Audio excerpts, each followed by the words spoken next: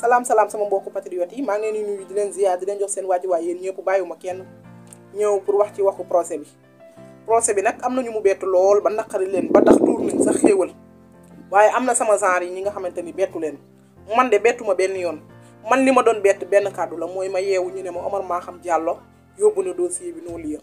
boobaa dinaa am betteel lool waaye fii laa ko doon xaar te Omar Maham Diallo fii la fël te man xamoon naa ne fii lay fël léegi nag li ci am ba des mooy ñoom dañu am loo xamante ni dañ ko desee xam dañoo xamul ni ñun projet Pastef ak Seydina Ousmane Sonko moo ñu gënal suñu bakkan yi dañoo xamul ni ñun Seydina Ousmane Sonko moo ñu def li ñu doon moo ñu yee ñun nag du la yee mukk ba nga yeewu nga ba ko moom muy nelaw nga ba ko moom mu toog ci naaj bi yow nga tëdd di nelaw c'est impossible li xew ci réew mi li ñuy gëstu ci réew mi ak li ñuy xam ci réew mi yëpp grâce à Ousmane Sonko kon kooku du moom la ñuy bàyyi mu nekk ci naaj bi ñun ñu ne ñu ngi ci kër gi loolu du am loolu lañ desee xam ñoom